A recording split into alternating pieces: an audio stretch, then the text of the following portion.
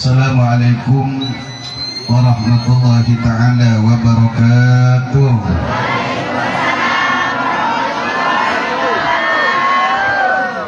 Alhamdulillah, wassalatu wassalamu ala sayyidina Muhammad ibn Abdillah wa ala alihi wa sahbihi wa mawala wa la hawla wa la quwata illa billah, amma ba'du. Yang saya hormati, saya banggakan para alim ulama, para habaib, segenap tokoh agama, tokoh masyarakat, bapak-bapak dan ibu-ibu, hadirin tamu dan segenap para undangan yang semoga dirahmati oleh Allah Subhanahu wa ta'ala. Yang kami hormati Al-Habib Ali Al-Hinduan yang tadi luar biasa memberikan sambutannya, banyak pantunnya. Pantun saya hanya satu saja, mau dengar dulu? Cuma ini sering saya sampaikan, tapi jangan pergi ke hilir pakai sandal jepit.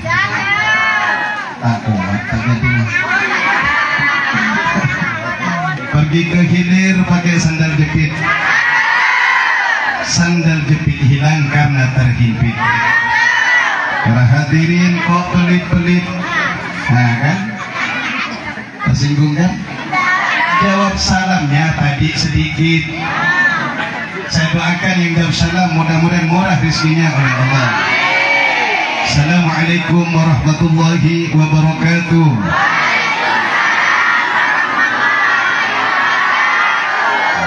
Kan banyak. Yang saya hormati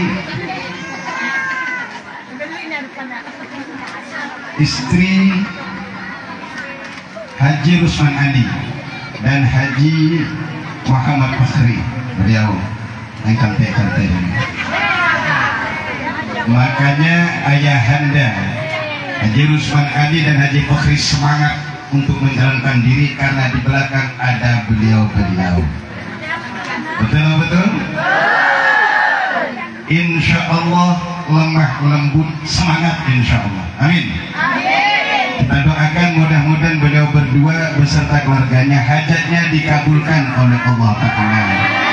Yang sampean kita semua tahu bahwa ayahanda Haji Rusman Ali dan Haji Fakhri mencalonkan diri mudah untuk Bupati Kuburaya. Mudah-mudahan beliau menang oleh Allah Ta'ala, diridhoi oleh Allah Ta'ala.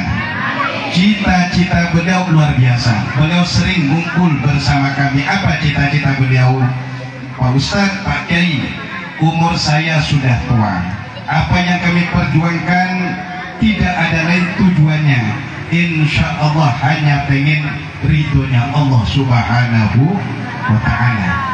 Hadirin yang saya hormati, pertama, alhamdulillah kita bersyukur kepada Allah karena pada sore hari ini kita ditakdirkan berkumpul di majelis maulid ini bersama ibu-ibu majelis taklim apa ini? Albanya? Oh, Ali. Oh, Tampol, majelis taklim Al-Tampol. Karena ada yang seragamnya merah-merah, ada yang putih-putih biru. Insya Allah semua yang berkumpul di sini masuk dalam firman-Nya Allah dalam hadits qudsinya, wajibat mahabbati, berhak mendapatkan cinta dan kasih sayangku, kata Allah, lil mutahabbina fiyah, bagi orang yang saling cinta karena Allah. Majelis yang satu dengan majelis yang lain berkumpul tidak ada lain tujuannya karena cinta karena Allah Ta'ala. Bapak-bapak dan ibu-ibu termasuk saya yang hadir tadi, mohon maaf dadakan saya tadi pimpin karena Pak Fakhrul Razi tadi sakit perut katanya. Saya jauh Bu, di Sungai Raya Dalam, pondok pesantren Darul Quran wa Dakwah, termasuk pondok pesantren binaan ayahanda Haji Rusman Ali. Darul Quran wa Dakwah agak jauh, sempat ngebut tadi, maka mohon maaf kalau agak banyak ke Sungai Itik ini. Saya kira di Sungai Itik ini banyak itiknya. Ternyata banyak cantiknya. Itik tuh istri cantik. Oh, itik sama dengan istri cantik. Berarti Bib boleh nitip satu Bib. Sallallahu Nabi Muhammad. Gurau saja, tapi kalau ada tak apa-apa. Hadirin yang saya hormati, kata Allah, berhak mendapatkan cinta dan kasih sayangku bagi orang yang saling cinta karena Allah. Wal mutajarisina fiyah, dan saling duduk karena Allah. Saya yakin ibu-ibu dan bapak-bapak hadir ke tempat ini dari rumahnya ada yang capek, ada yang sakit, ada yang punya urusan. Tapi kenapa hadir ke tempat ini panas-panasan? Karena duduknya pengen ridho Allah, karena pengen surganya Allah. Kalau ridho Allah yang kita ingin gapai, maka capek akan terasa hilang, letih akan hilang, susah akan hilang. Karena apa? Cintanya Allah yang kita kejar. Kenapa demikian? Kalau orang sudah jatuh cinta, jangankan ke Allah Ta'ala, dulu waktu mudanya bapak-bapak cinta kepada ibu-ibu, yang ibu-ibu jatuh cinta kepada bapak-bapak. Katanya, abang adekku, lautan api pun akan kuseberangi, gunung pun akan kudaki, lautan pun akan, karena cinta. Maka bagaimana bagi orang-orang yang pengen meraih cinta Allah Ta'ala? Maka tentunya perjuangannya harus lebih keras, harus berani ditantang, harus berani diuji, harus berani dicoba oleh Allah Ta'ala. Karena Allah Ta'ala tak akan nyoba seorang hamba kecuali hamba tersebut disayangi oleh Allah Subhanahu wa Ta'ala. Kata Syekh Abdul Qadir Jailani radhiyallahu anhu yang berjuluk Sultanul Aulia, rajanya daripada para wali Allah Subhanahu wa Ta'ala. Innal baliyata, sesungguhnya bala, musibah, malapetaka, penyakit, ujian, tantangan, dan ta'til mu'mina litukrika, dia tidak datang kepada seorang mukmin, apalagi orang yang mukmin taat kepada Allah, untuk membinasakan mereka. Tidak. Kita diberi penyakit oleh Allah bukan berarti Allah untuk membinasakan kita. Tidak. Kita diberi kesusahan oleh Allah bukan berarti Allah telah benci kepada kita. Tidak. Wa innama atathu litattabirah, akan tetapi ujian, tantangan, musibah, kepahitan, malapetaka yang diberikan kepada Allah itu biar hanya untuk menguji kita. Kalau kita sabar, maka pangkatnya akan diangkat oleh Allah Subhanahu wa Ta'ala.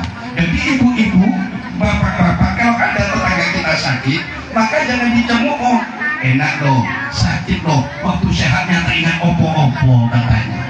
Enggak. Apakah setiap Allah memberikan penyakit pada hamba Allah itu? Tidak.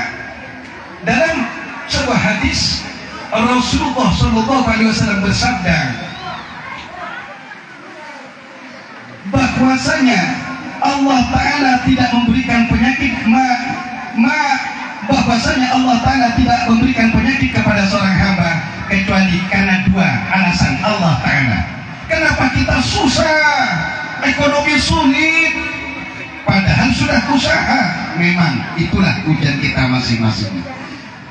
Nyaman itu katanya, kata orang yang kiai, kata orang nyaman. Ingat, ujian kiai dan para ulama-ulama, pemangku-pemangku pesantren, ujiannya beda dengan sampean. Yang kata kiai, sampean yang nyaman. Jadi nyaman itu katanya. Coba tanyakan kepada orang yang mengalaminya. Mungkin andai kata bukan kesabaran yang ada di hati mereka, andai kata hidup ini hanya ketika bunuh diri selesai, mungkin banyak orang bunuh diri. Maka saya mohon jangan putus asa seperti apapun, jangan bunuh diri. Putus asa itu dosanya lebih besar daripada dosa itu sendiri. Apakah setelah bunuh diri minum racun, ternyata suaminya kawin lagi misalnya? Oh mas, cerai aku mas. ternyata sudah 14 tahun aku kumpul bersama Mas, aku hianati kok Mas, aku nanti lompat lautan. Ya kalau langsung mati. Hah? Kalau tak langsung mati, terombang-ombing ternyata melek di lautan ada ikan paus. Takut apa enggak? Takut. Oh Mas, ternyata aku dikhianati, maka aku akan lompat dari lantai 8. Iya kalau langsung mati. Kalau sampai patah, gerahangnya patah, kakinya patah, pas di rumah sakit habis jutaan. Betul apa betul? Mati pun apakah langsung selesai? Nah, setelah hidup ada mati, setelah mati ada kehidupan kekal abadi. Kapan itu manusia oleh Allah dihidupkan di 5 alam. 1, alam barzah, alam arwah. Dulu ruh-ruh sampean, nyawa-nyawa yang ada di kita ini yang nanti akan dicabut oleh Allah Ta'ala, dulu pernah Allah Ta'ala ciptakan di alam arwah. Allah berkata, hei alastu bi rabbikum, hei para kekal, para makhlukku, bukankah aku adalah Tuhan kalian?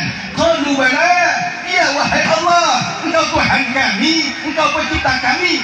Dari masa ke masa, dari tahun ke tahun, akhirnya Allah pindahkan kita ke alam rahim, alam perut ibu kita, sampean alam. Perut sampean itu alam yang kedua.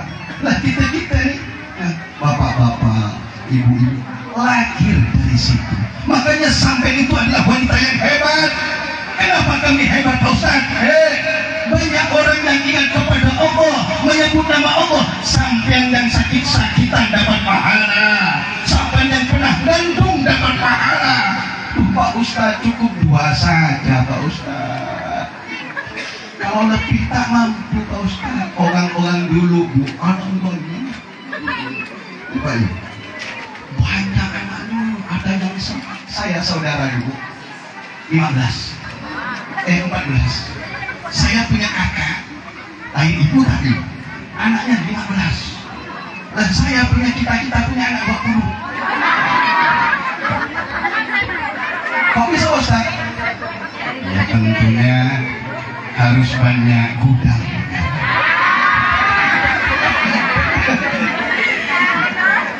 Oh tak sanggup dikalikan gudang. Allahumma sholli ala sayyidina Muhammad. Makanya saya nanti suara ke Habib sama tahu sudah ala Nabi Muhammad. Lah sampean alam rohib itu alam yang kedua. Ada yang 9 bulan lahir.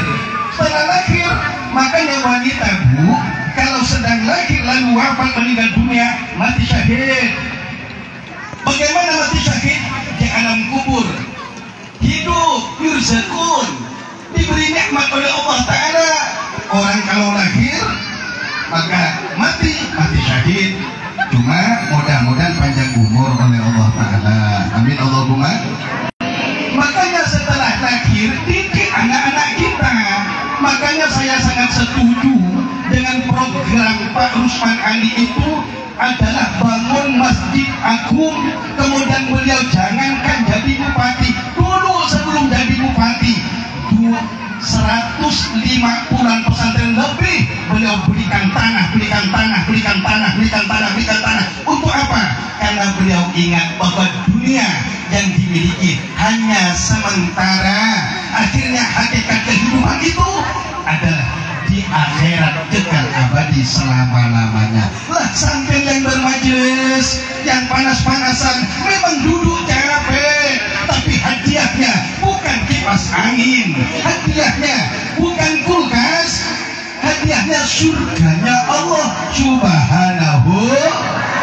Maka kata Nabi, idza marartum biyadil jannah farta'u, para sahabatku, para umatku, jika kamu lewat lalu bertemu dengan taman-taman surga, berhentilah kamu di situ. Lalu sahabat tanya, gila wa biyadil jannah ya Rasulullah, apa taman surga itu wahai Rasul? Halatul dzikri, adalah perkumpulan dzikir di sana. Sampai yang tadi sholawat, ada tadi story kecil luar biasa. kita harus banyak generasi-generasi seperti ini.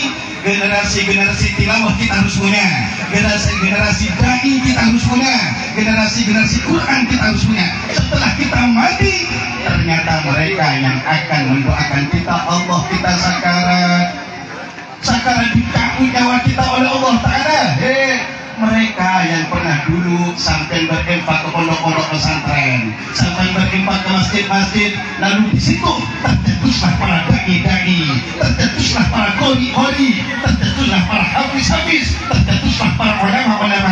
Walaupun mereka tak doa untuk kita, tapi itulah amal jariah yang akan dibawa oleh kita setelah kita mati. Mudah-mudahan kita semua diterima oleh Allah Ta'ala. Amin Allahumma amin. Kemudian setelah alam yang kedua, alam arwah, alam beribu, akhirnya pindahlah kita ke alam yang ketiga. Alam apa itu? Alam dunia. Wa madaru dunia ini adalah tempat ujian, tempat capek, harus sholat, harus sujud ke Allah. Jangan sampai ngaku orang mukmin tapi tak sholat. Betul apa betul? Cantik Pak Ustaz, tak sholat, tak laku kata Allah Ta'ala. Pintar Pak Ustaz, tak sholat, tak laku. Wangi Pak Ustaz, tak sholat, busuk. Kaya Pak Ustaz, tak sholat, miskin. Derajatnya tinggi, tak sholat Pak Ustaz, rendah. Salatu ibaduddin, kata Nabi, sholat yang agama, sholat fondasi agama. Al-aqamah dan aqamatin, yang mendirikan sholat maka berarti seakan-akan dia sedang mengkokohkan fondasi agama. Rumah tak ada fondasi, roboh. Imannya orang mukmin tak sholat, roboh, gampang terombang-ambing. Kemudian lagi apa?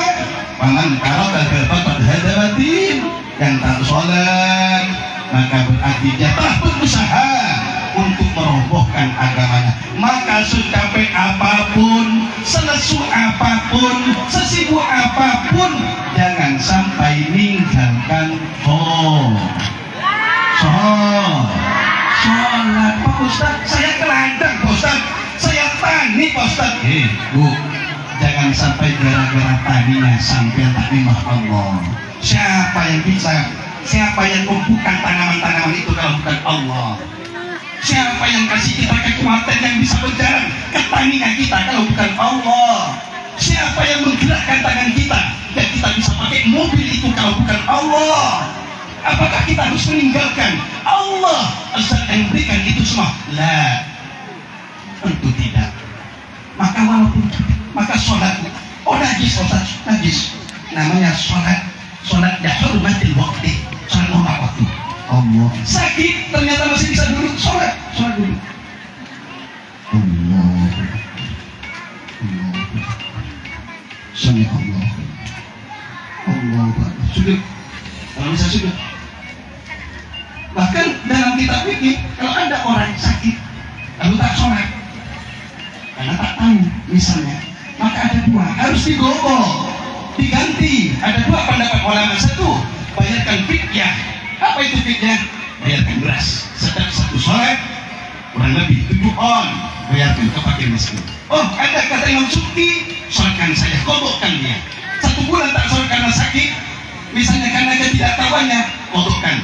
Usolli, niat saya mengkodokkan sholat bulan, wadukan Allah Ta'ala. Paling enak, tak mampu Pak Ustaz, pergi ke pondok-pondok pesantren. Ternyata sholatnya 1 bulan. Kalau pondok pesantren, santri-santri yang sholat 30 orang satu kali jalan, duhur 1 kali 30 orang, berarti sama dengan sebulan.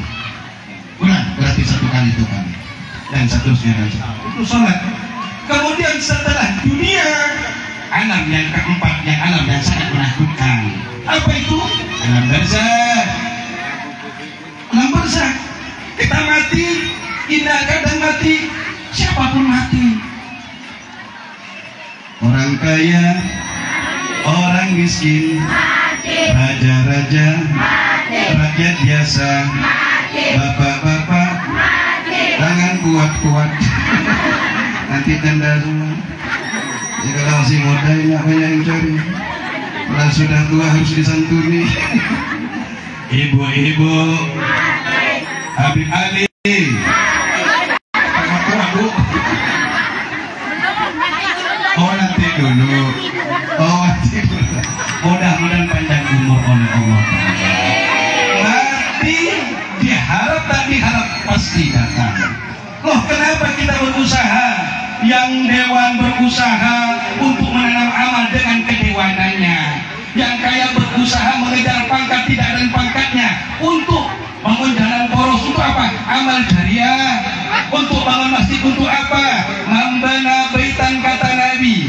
Barang siapa membangun sebuah rumah, yu'badullahu fihi min malin halalin, yang Allah disembah di dalamnya, Allah disujudi di dalamnya, syiar Allah dikumandangkan di dalamnya, Quran Allah dibacakan di dalamnya, seperti masjid, pondok pesantren, min malin halalin, dari harta yang halal. Banallahu lahu baitan fil jannah min durin wa yaqutin. Maka kelak dalam surga Allah bangunkan baginya sebuah istana besar, bukan dari batu bata, bukan dari batu tor, bukan dari besi, tapi min durin wa yaqutin, dari batu mutiara dan batu yakut. Kebetulan yang punya program Masjid Agung itu adalah diantaranya adalah program unggulannya nomor urut 3 calon bupati Kuburaya. Oh, kita tak mampu membangun harta kita. Ayo, coblos. Berapa? Berapa?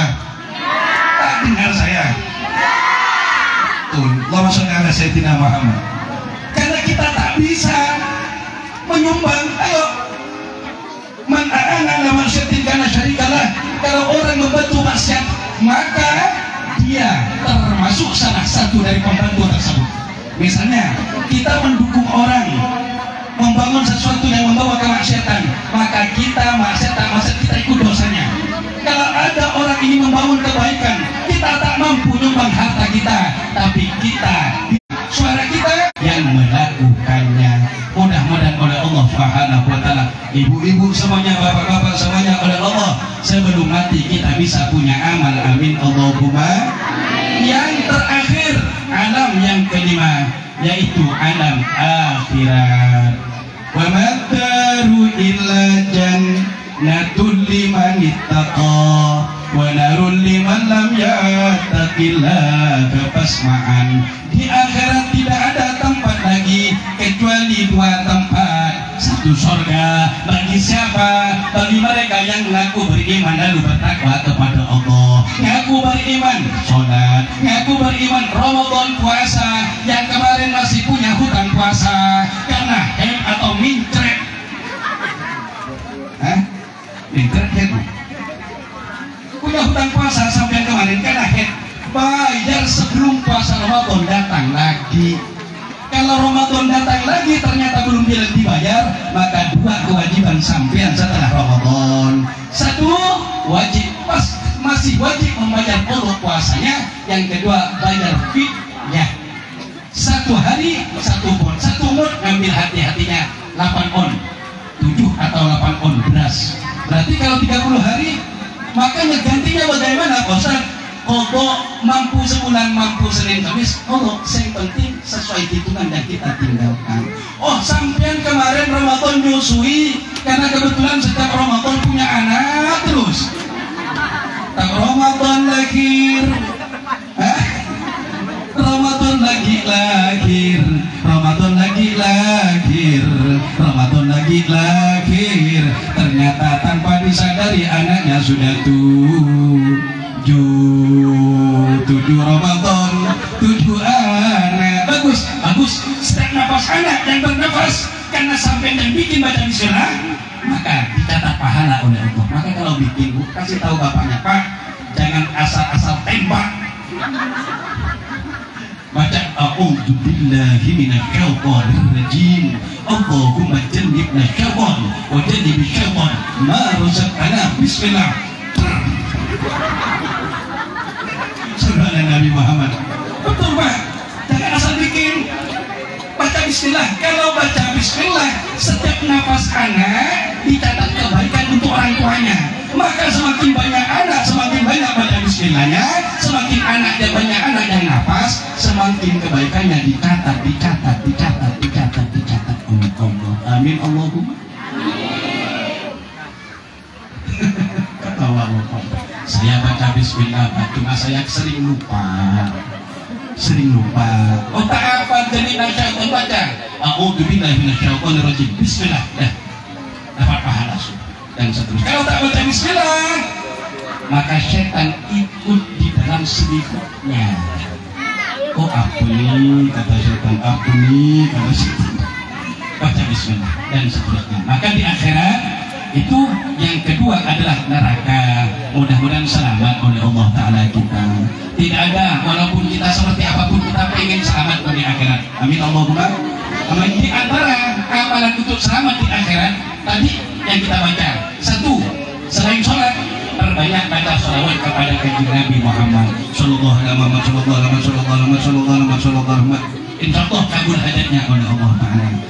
Mungkin hanya itu yang dapat saya sampaikan sebentar saja. Karena tadi kata Habib, tahu lama-lama ikan sepat, ikan gabus, lebih cepat, lebih bagus, ikan paten, ikan lohan. Perut ini ingat ikan paten sudah tak tahan. Mungkin hanya itu, mohon maaf apabila ada kesalahan. Mudah-mudahan ketemu lagi. Itik istri kamu tadi kan? Betul dia. Mana dia? Mana? Oh barat. Mudah-mudahan bermanfaat oleh Allah Ta'ala. Terima kasih atas perhatian. Mohon maaf atas kekurangan. Mudah-mudahan kita doakan, mudah-mudahan hajat suami daripada Ibu Ayi, istrinya Pak Ruswan Ali, dan hajat daripada suaminya, istrinya Di Bakri, mudah-mudahan dikabulkan oleh Allah Ta'ala.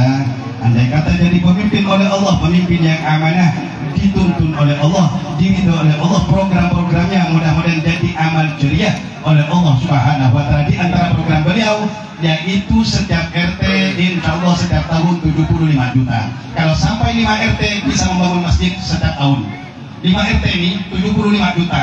Kumpulkan 5 RT, insya Allah setiap tahun bisa bangun masjid, setiap tahun bisa bangun jalan, setiap tahun bisa bangun musola, setiap tahun bisa bangun tempat ngaji, setiap tahun bisa baca Quran, dan seterusnya. Karena orang kaya dan ulama harus kolaborasi untuk mencerdaskan anak bangsa. Untuk apa? Kita mati, tapi kehidupan akan terus berjalan. Bagaimana kita mati? Mereka banyak mendoakan kita. Di antaranya perjuangan kita yang masih hidup. Dengan apa caranya? Ini, memilih pemimpin yang terbaik di antara yang baik, memilih pemimpin yang berniat baik di antara yang baik-baik. Mudah-mudahan bermanfaat. Assalamualaikum warahmatullahi wabarakatuh.